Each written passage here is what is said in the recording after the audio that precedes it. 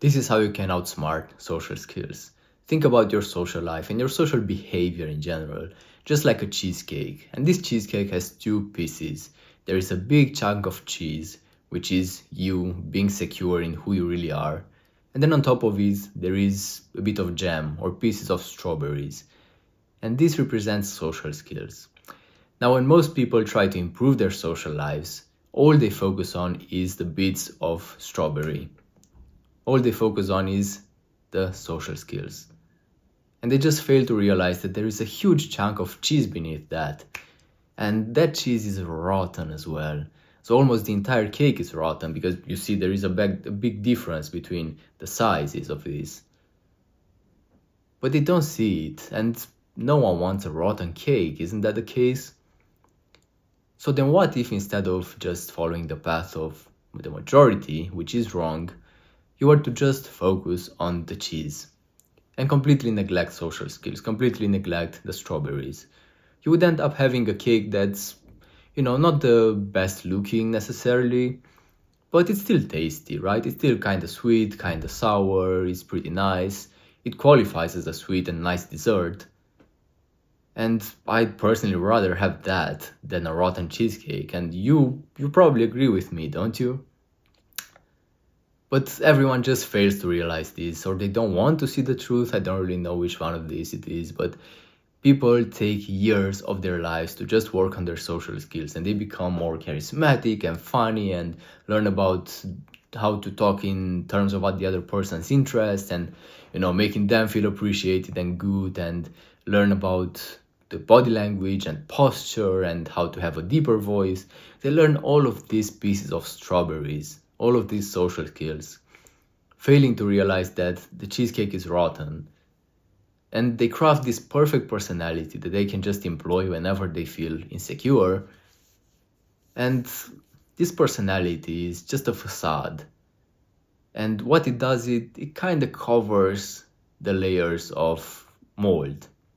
So you can think of it as a cream, right? You hide all the pieces of mold with some cream.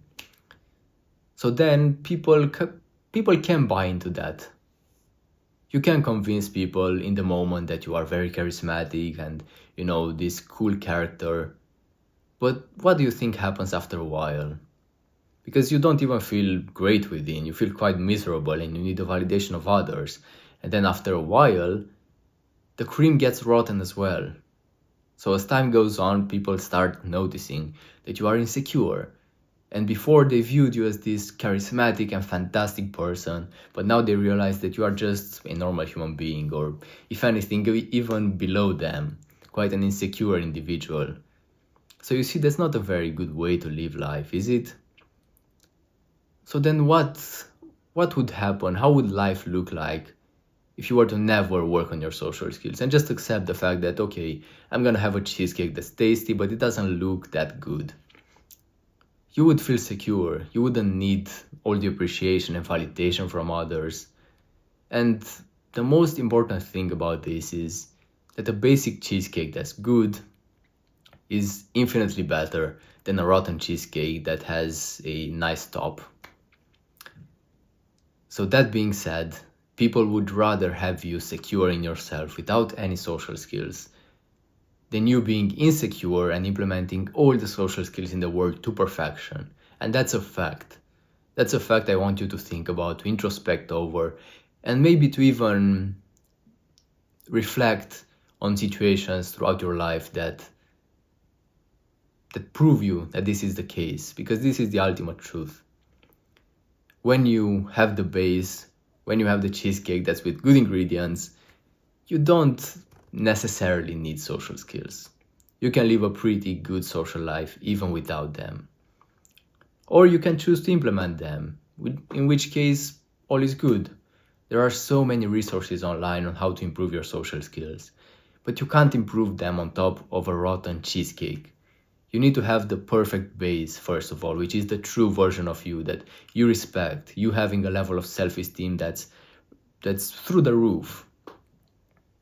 I don't really understand why there aren't a lot of resources about this, but my hope is that this channel can serve as one of those resources that teach you that this is the right way not to focus on your social skills right now, but to focus on you feeling good enough within right now. So how do you actually work on this cake? What needs to be done? Well, your cheesecake is rotten right now.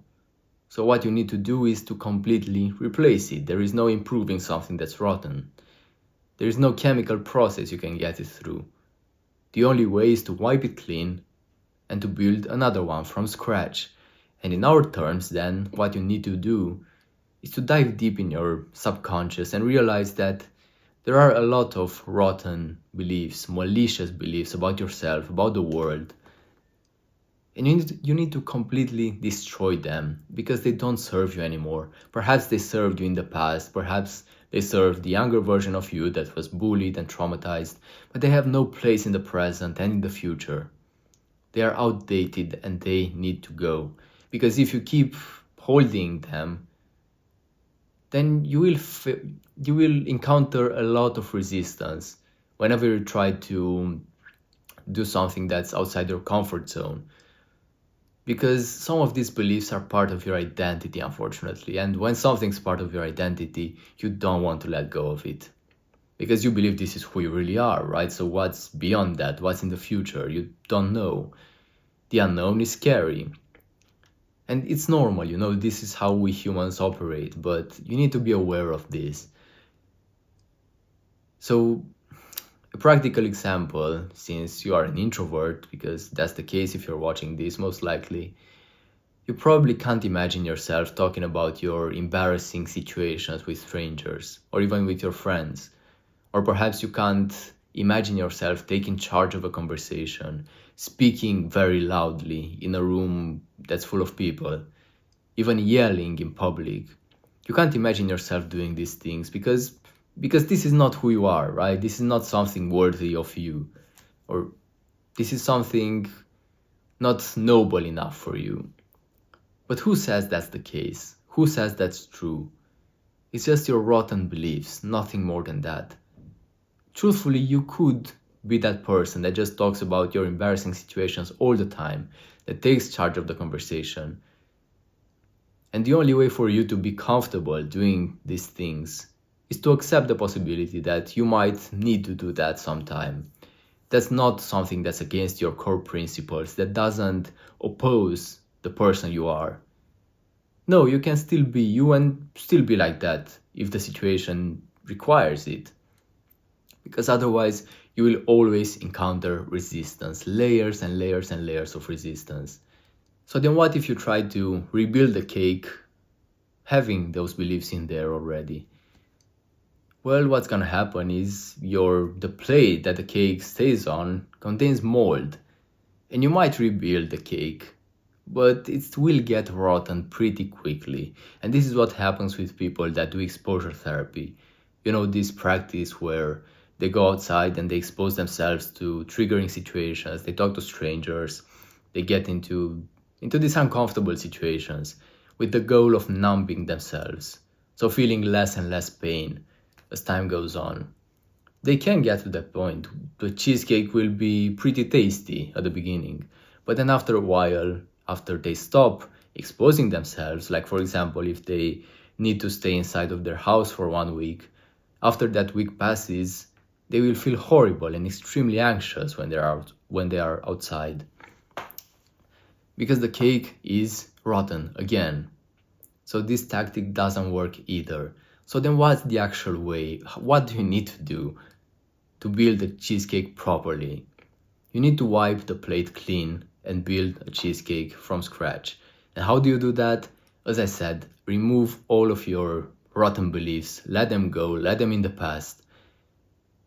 As I said, it's a pretty scary process, but the framework I recommend is mindful exposure therapy. This is exactly what I use myself.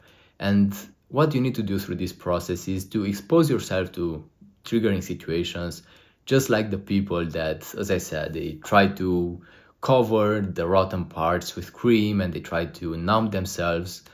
But you're not there to numb yourself. You're there to be mindful about it, to be mindful of the emotions you feel throughout your body, and to combine this practice with introspection and with feeling your emotions.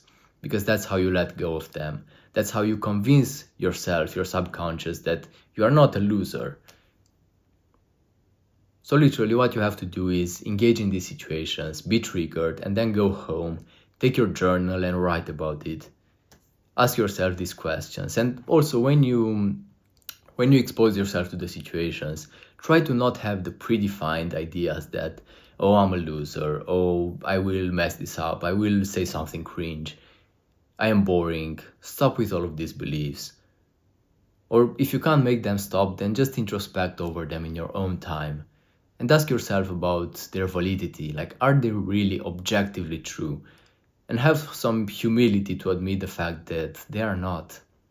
There is no actual proof out there that says that that's the case. The only proof is your rotten beliefs that need to go. That's the only way. And your rotten beliefs are very strong because truthfully you've been fueling them for decades. That's probably the case. You've been seeing the half empty part of the glass for decades. But there is a half full part as well. There is a half full part and you need to get used to see it. Because unless you do it, you will always keep reinforcing the belief that you are a loser. And that's not true. Now, when you go through the introspection process, you will kind of tap into these core deep beliefs that are rotten. And when you do, it's gonna be painful. You will feel a lot of resistance to believe something different than that. You might feel pain, literally. You might feel a lot of energy through you when something clicks for you and you start kind of believing that you are not that much of a loser as you previously thought you were. That's how you convince yourself. That is the progress. It feels horrible. It's not something you look forward to. That is the work. And you will realize that if you stay with the feeling, instead of trying to numb yourself, instead of trying to do something else, if you just stay with the feeling, number one, it dissipates pretty quickly in minutes. And then number two, you realize that when you engage in social situations from this new version of you, everything is changed. That voice is not criticizing you all the time. It's a bit more quiet. And as you work on this, that voice becomes even more quiet. And that's the beautiful part of it. Ultimately, it's just gone. There is no inner debate of, am I cool enough? Am I confident enough? That debate is gone. You don't conclude that you are confident. No, that's not even a question. You're obviously confident. You're obviously good enough. Because that's the truth. And that's what you need to convince yourself about. But please, be patient. Because you've been reinforcing the belief that you are a loser, that you are not good enough for decades. It's not something that you can just do in a couple of days. You need to put in the work. You need to expose yourself to these things.